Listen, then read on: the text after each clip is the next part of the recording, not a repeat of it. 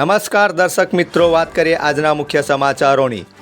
આજ રોજ જાસપુર રોડ પંડિત દીનદયાળ નગરની મહિલાઓ નગરપાલિકા પહોંચી પોતાનો આક્રોશ ઠાલવ્યો હતો।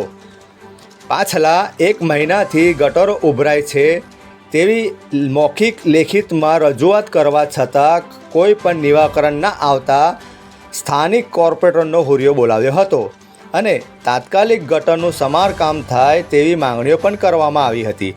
સાથે સાથે લાઇટો બંધ હાલતમાં હોય તેને રાબેતા મુજબ ચાલુ કરવામાં આવે તેમજ કચરાની ગાડી આવે છે ને તરત જ જતી રહે છે, તેથી 3-4 માળના લોકો કચરો લઈ નીચે આવતા પહેલાં કચરાની ગાડી જતી રહે છે, તેથી ના છૂટકે કચરો બહાર નાખવા મજબૂર।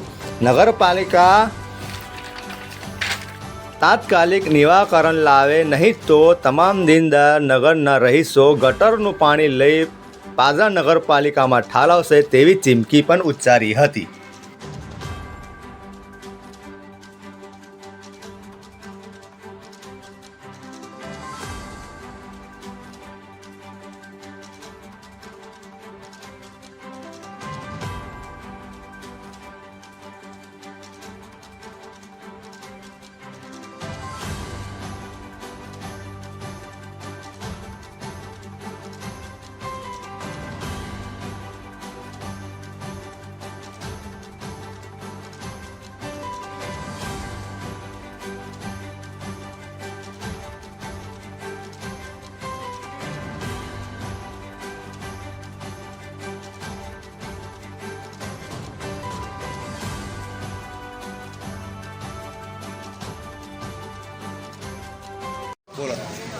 हमारा गटरનું લાઇટનું પ્રોબ્લેમ છે। લાઇટ મહિના સુધી નાખતી નહીં ને ગટરનું પાણી નીકળ્યા કરે છે। છોકરા નીચે કંઈ રમે, પગના લપસી જાય। અમારું 1 મહિનાથી પાણી ચાલુ છે। એક દિવસ બનાવી ગયા ને બીજા દિવસ પાણી ચાલુ થઈ ગયું।